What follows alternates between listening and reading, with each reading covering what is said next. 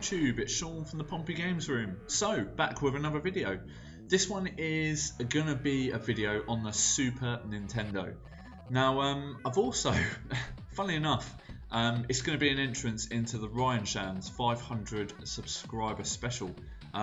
Very, very similar to myself, obviously. I'm running a 500 subscriber video request, basically, for entrances to win a Mega Drive. But I've been thinking of filming this episode for my channel for a long time. As you know, I've just announced Operation Rebuy for my girlfriend or fiance's SNES games, which is coming along really nicely. But it's something I've wanted to actually sort of record a video on. For those of you that know me, I'm a big Mega Drive fan. We had a Mega Drive when I was growing up, and basically we never owned a SNES, but I played on one an awful lot.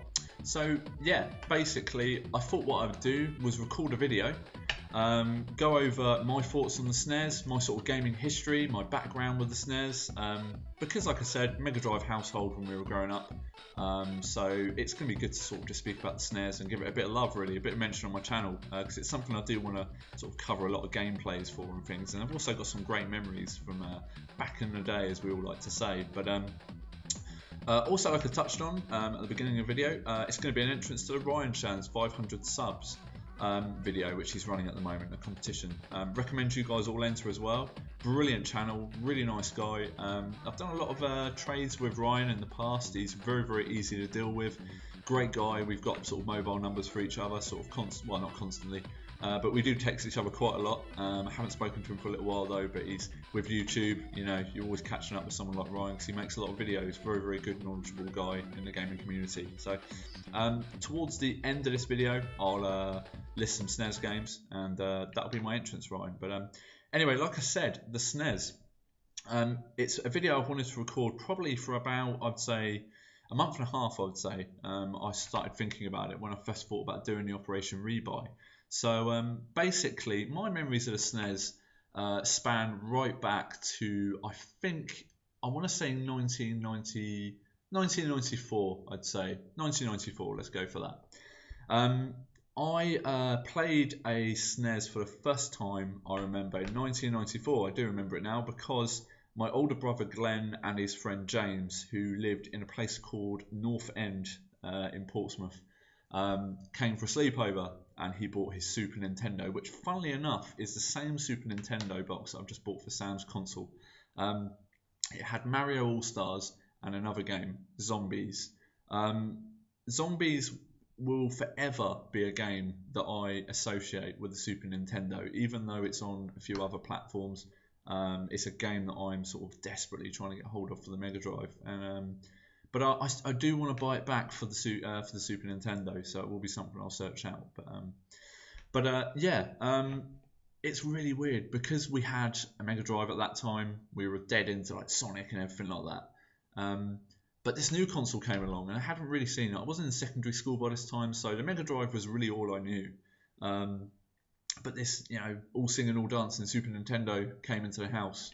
Was bought over, but my brother and James went to the cinema to see True Lies, an Arnold Schwarzenegger film, and the console was left in its box in the back room by itself. Little brother was in bed, parents were in the front room watching TV.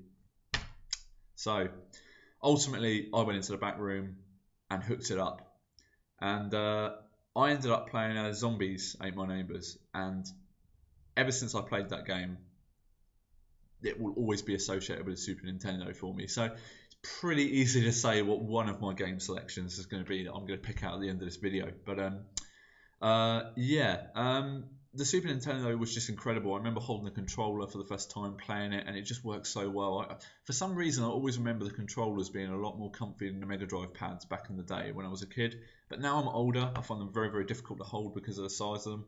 The Mega Drive ones seem to fit a bit better in my hands nowadays. But yeah, the SNES controller was always an intriguing, very, very bright and friendly, colourful sort of logo for the SNES, and it was sort of replicated on their controllers with the colourful buttons and stuff. So I've got many happy memories of the SNES growing up. And the best thing was about when my brother and James were out and they left the SNES is that they were out for a little while, because the cinema at the time was in Port Solent. Now, I'm saying these things like you guys are going to know where they are, but they're not. You know, you guys aren't going to know probably.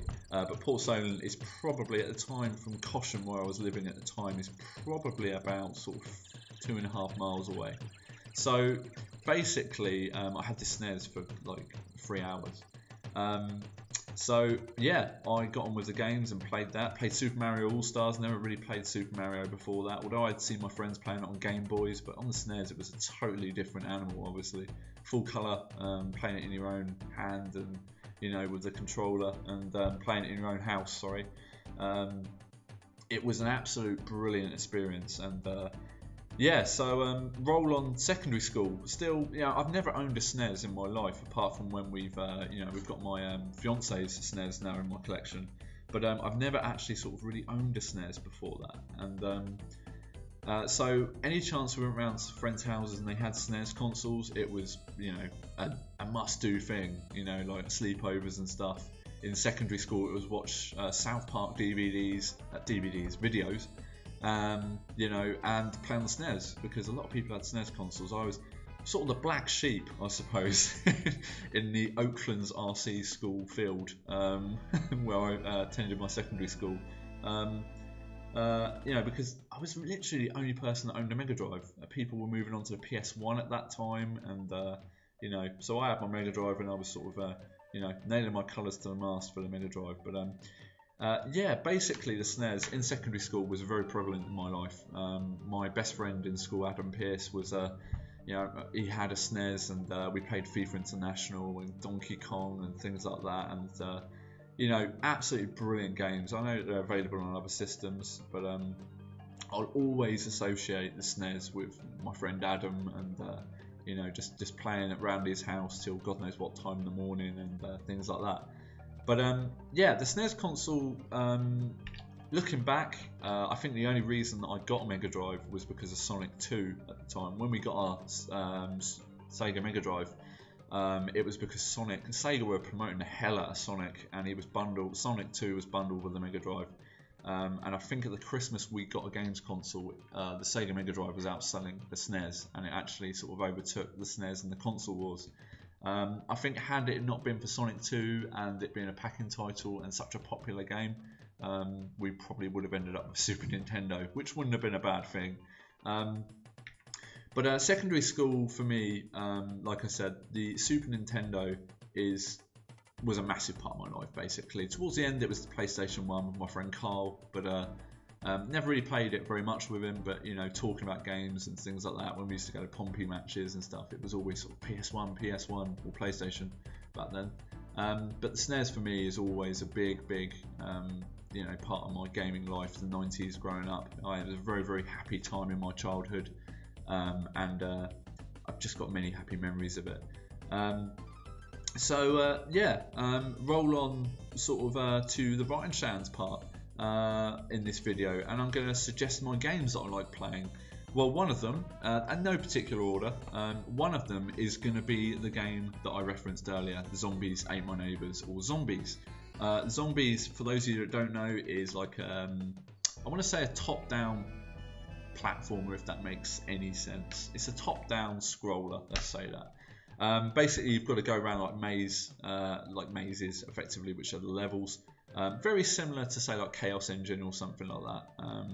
And you've got to go around these levels and just kill off the zombies that come out the ground, and you know, jump over garden walls and bushes and fences and everything like that. It's just such an addictive game. It's one of those games that's got absolutely great gameplay on any system.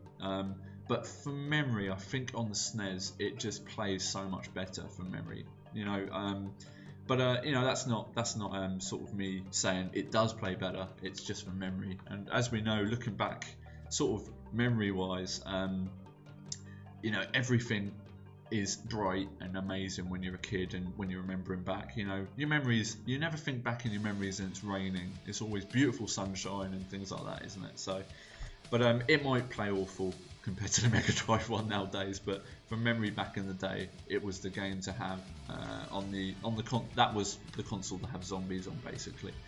My next game I'm going to reference is Starwing. Now, Starwing was a game that was heavily promoted by my older brother back in the day, and it was a game that I played for the first time in about 1996. I remember it was 1996 because it was the day before Euro 96 started, and I remember playing it before England's opening game, and I was absolutely blown away by it, almost to the fact that I was looking for a SNES just to play Starwing. Starwing is one of those games that, you know, it was such a revolutionary game when it came out, and it's actually a review I've done on my channel for Starwing. Absolutely just staggering game. You look back in the gaming history, I think, you know, it's one of those games that's always going to be up there, always going to stand the test of time. Absolutely awesome game, Starwing. It's a spaceship game, and it's basically just flying through the levels, and it's you know, avoiding objects falling down, shooting things out the sky, looking after your team, and fighting off bosses at the end of the level. Multiple routes you could take on the game as well, so it was sort of, it could be as easy or as difficult as you wanted. So let's move on to my third selection. My third selection I'm going to pick is Super Mario All-Stars. Basically, the fact being that it was all the Mario games on one cartridge. Now, I never ever played Mario All-Stars until probably about 3 or 4 years ago. You know, but I always knew it was out there, and whenever I went around friends' houses, it was always in the collection, and you could throw it on and just play any Mario. And it's, funny enough, it's one of the only game cartridges that as soon as I think of a SNES, I think of Super Mario All-Stars. So Super Mario All-Stars has got to be up there. I'm not really going to describe what Mario is. I think we all know what Mario is. But anyway, next one, probably not a popular choice for a lot of people. It would have to be FIFA International Football.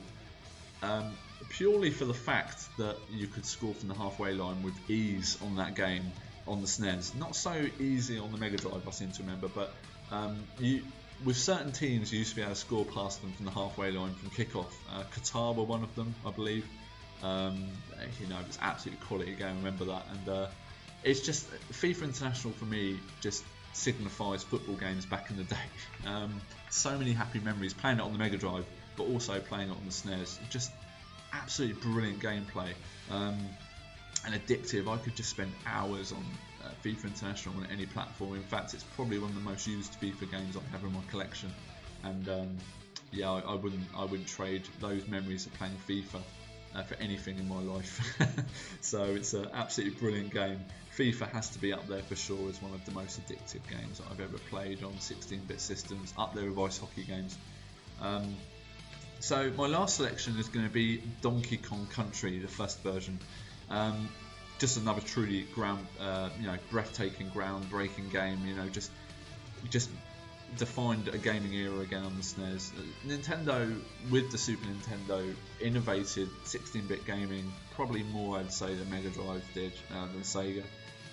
Now, for those people that are Sega nuts out there, you know, and think I'm hating on the Mega Drive here, I'm not. I'm a Mega Drive fan. You know, I've got more Mega Drive games than I've got SNES games.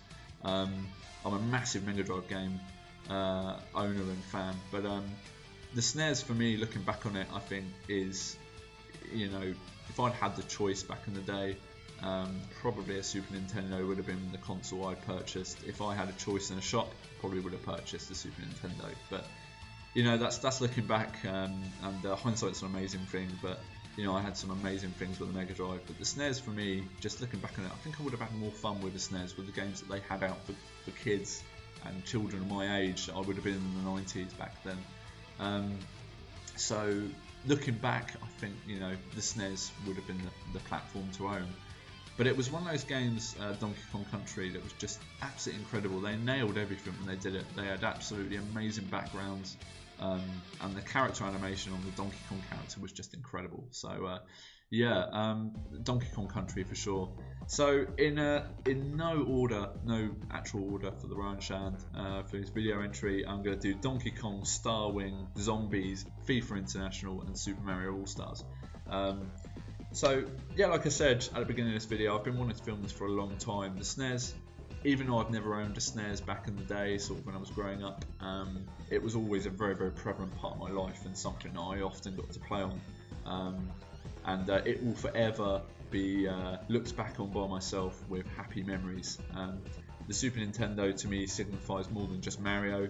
It signifies like a different selection of games. For the Mega Drive, it was more like you know, the games that were out on the Mega Drive in the 90s were all like associated with me, like, you know, shooting things and stuff like that, and you know, Sonic the Hedgehog speedy games. But whereas on the Super Nintendo, you had Mario, not as fast gameplay as Sonic, but just thoroughly addictive. And I hold my hands up, I've only ever completed one Mario game in my life, and that's not for not playing them, it's just for not being very good at them. But no, I've only ever completed one, and that's the one on the Wii, the new Mario Brothers, is it? Super Mario Brothers Wii. Yeah, so that's the only game I've ever completed, a Mario game. Whereas all the Sonic games I think I've completed, bar Sonic 1. For some reason that game I just cannot complete. I know, I don't know what it is. But anyway, this is a SNES video. And for me, looking back on it, you know, you've got classic games that I haven't even mentioned in my top 5. You've got things like F-Zero, just absolutely brilliant game F-Zero was. You've got the Kirby games, you've got the Yoshi Island games, you've just got a brilliant load of games that you could look back on as a SNES fan. And you know, I don't know what it is. Like I said, if I look back now, I think I probably would have gotten a SNES. If I had the money back then and my parents said, you know, go off and buy yourself a game system, probably would have been a SNES, to be honest. But anyway, so I hope I haven't rambled too much in this video, guys. Like I said, I wanted to share some memories with the Super Nintendo in mind, and obviously just coinciding with another 500 sub competition going around. So I thought I would get my my views on it, and also sort of send it to Ryan as part of his competition, and hopefully win a SNES. So, yeah, no, please make sure you check out Ryan's video. I'll link it down the bottom, and also thanks for watching this video, guys. I know it's a bit different. It's been filmed in a different way. It's been filmed on my laptop webcam.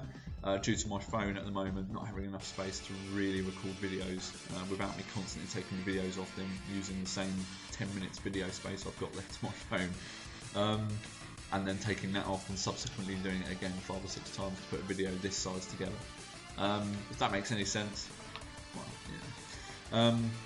So I set this up, and I know it's not going to be the best quality, but you know, I just wanted to get something on the screen for you guys, and also an entrance into the TheRyanShands contest, because it's a great contest and a great idea. And to be honest, TheRyanShands is one of my favourite channels. I absolutely love it, and you know, he's full of pickup videos, and you know, he's done some brilliant talks on game series like Resident Evil. You know, I was a big fan of that series he did. Big talk on that, was about a 20-minute video, I believe, although I'll look back on it in a minute, it'll probably be about 15. But yeah, also I wanted to coincide it with just a little chat about the SNES. So anyway, guys, thanks for watching. Please take care of yourselves, and also feel free to comment, rate and subscribe, and I'll be back with another video soon. Thanks for watching. Bye.